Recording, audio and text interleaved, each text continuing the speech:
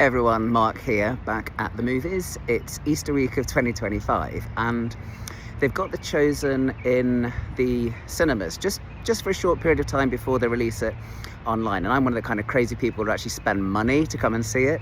It is my job kind of though, isn't it? So seasons 1 to 4 of The Chosen, I have to admit I'm a fan.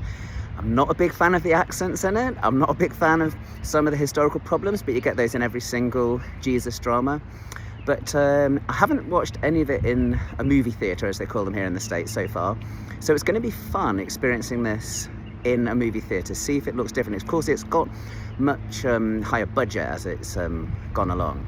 So it will be quite exciting to see if we see some of that money in the sets. I suspect we will, because season 4 looked better than 3, looked better than 2, and certainly looked better than 1 when we were still at the crowdfunding sort of stage. Okay, let's go in and see what we think of The Chosen, season 5, part 1. Okay, I've just watched The Chosen season 5, part 1, and it was about as I expected. It was compelling storytelling, looked great seeing it on the big screen. Obviously, I've got a few issues with the way that the Jewish leaders are depicted, and I need to spend a bit longer talking about that in due course. But overall, great piece of storytelling.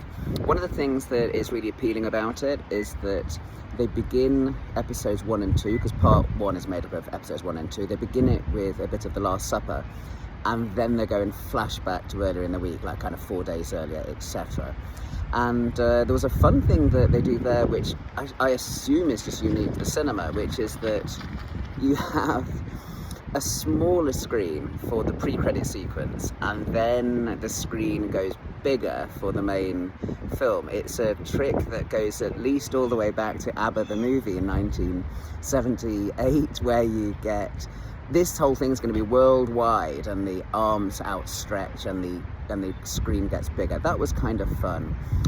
Lots of mini things of interest here, like Pontius Pilate becoming a really major character, much more of Herod Antipas, much more of Caiaphas, and probably the longest temple cleansing scene that I've seen in any picture, with Jesus spending quite a bit of time with a whip in his hand, as per John's Gospel.